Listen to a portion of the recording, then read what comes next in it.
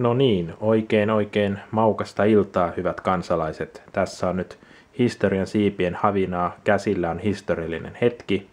Toteutamme käyttötestin. Tässä on nimittäin minulla nyt käsillä paljon viime aikoina kohua herättänyt Fazerin Dumle Mix karamellipussi, joka on aivan uusi. K-Marketista tänään ostettu. Ja ensin toteamme, pussi on todellakin sinetöity. Sisältöä ei ole kukaan päässyt sormeilemaan.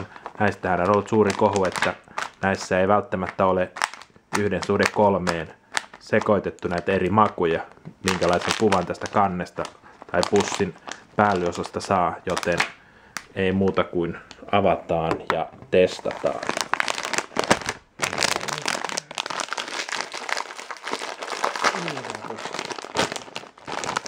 Kapsahtaa auki.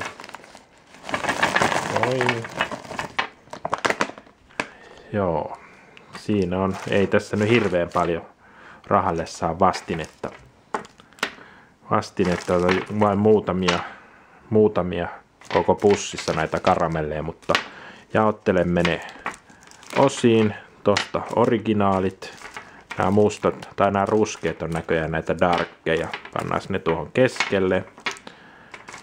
Darkit keskelle. Näistähän oli ties minkälaista selitystä, kun Fazer jäi kiinni näistä vääristä lukumääristä, vaikka minkälaista tuotantoteknistä selitystä. Että vaikka tosiasia saattaa olla, että näitä originaaleja valmistetaan niihin normaaleihin pusseihin, eli niitä tuotetaan huomattavan suuri määrä verrattuna näihin kahteen muuhun makuun, niin olisi se loogista, että tuotantokustannukset olisivat näissä halvimmat, joten Fazerilla olisi motiivia säästellä näitä vähemmän tuotettuja harvinaisempia makuja. Ja kas kummaa, näinhän se näyttää tosiaankin menevän peräti 1, 2, 3, 4, 5.